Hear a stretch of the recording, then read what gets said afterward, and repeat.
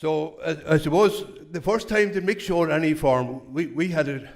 Some people might remember we had Owler to Ballock was formed in 1954-55, and we had a crowd of rejects sort of in a place called Tinoch.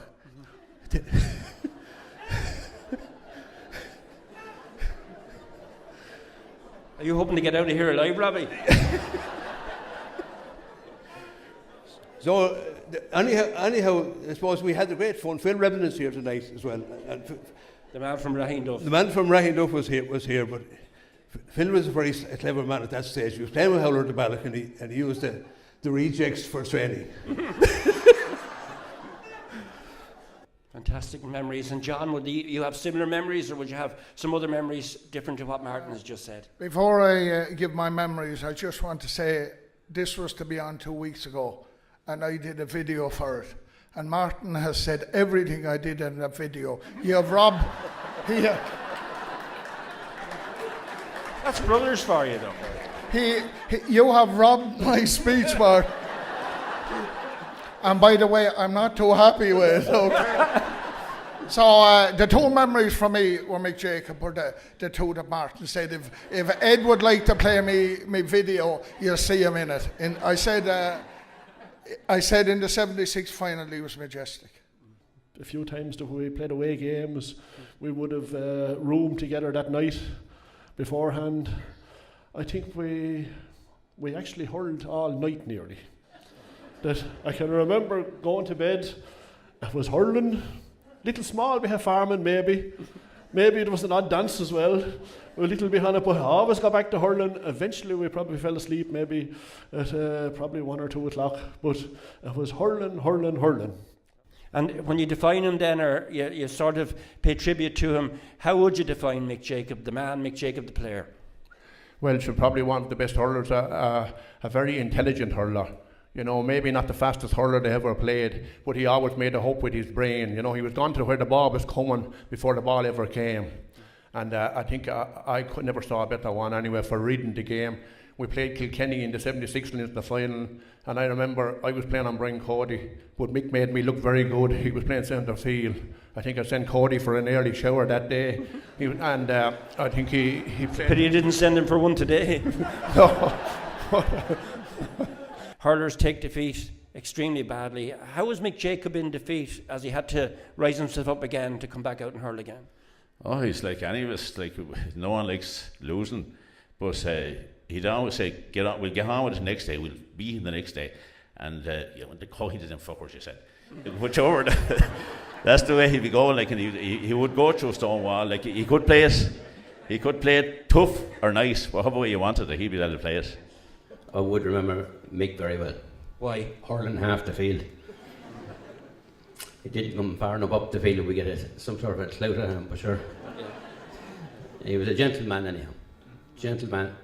And you had no hesitation coming here tonight like all the other Gaels who have come here to celebrate with. Oh, no, I'm delighted to be here. He was an all-star in his own right. How many frees did you win off Mick Jacob? You wouldn't win too many, and I didn't hurl on Mick that often, but because sure, you used to have me hurling everywhere from cornerback to corner forward. I don't know where, but I tell you, if you earned a free on him, he earned it. He was that type. He was very fair. He was very hard, and he didn't give too many frees away, to be quite honest with you, because he was a very disciplined sort of a centre half back or centre field lad, and that wasn't his game. Like, he hit you fair and square. And sure, the referee mightn't have caught him, but like, he didn't give too many frees away. Like, and he was always on the ball, fair and square.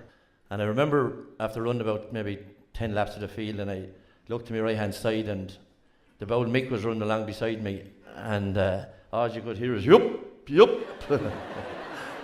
And he was still going, and I was like running beside Don Run, tell you the truth. There was just no getting the good of him, because he just keep with you the whole time. You know, you'd hear fellas talking here now at the moment there. Everybody is a gentleman when they get to this age. I can tell you one thing, when we were playing hurling, fellas were absolutely taking lumps out of each other. Now, they shook hands and went off after the match, but they weren't as complimentary as they all are here tonight.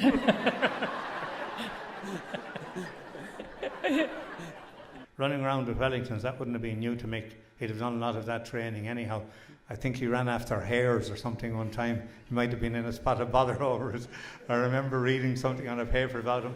So, you know, if he was able to... We'll ask him about that now very shortly. Yeah. Running after hares. Running after hares. So poor old Joe Hennessy and the boys had no chance if Mick was training with the hares. At times back then, he probably was a bit overboard. Not in a bad way. But he's giving you the stare. No, but when we were training back then, like as Keith and Stephen said, we were so afraid of Mick. Like he used to come in. Mick is sometimes humoursome. He'd come in. He used to drive an Escort, 92 Escort. He used to drive in, but sometimes he'd come in. If he was really dirty, he'd come out on the pitch. We'd be always on the pitch before he came, which some of us don't do even now. But we'd be on the pitch before Mick would come, and some of the days he'd be in a terrible mood. But like as Keith said, he made it perfection. The word again. It's like there's no, when you win something with my father, it's you go again.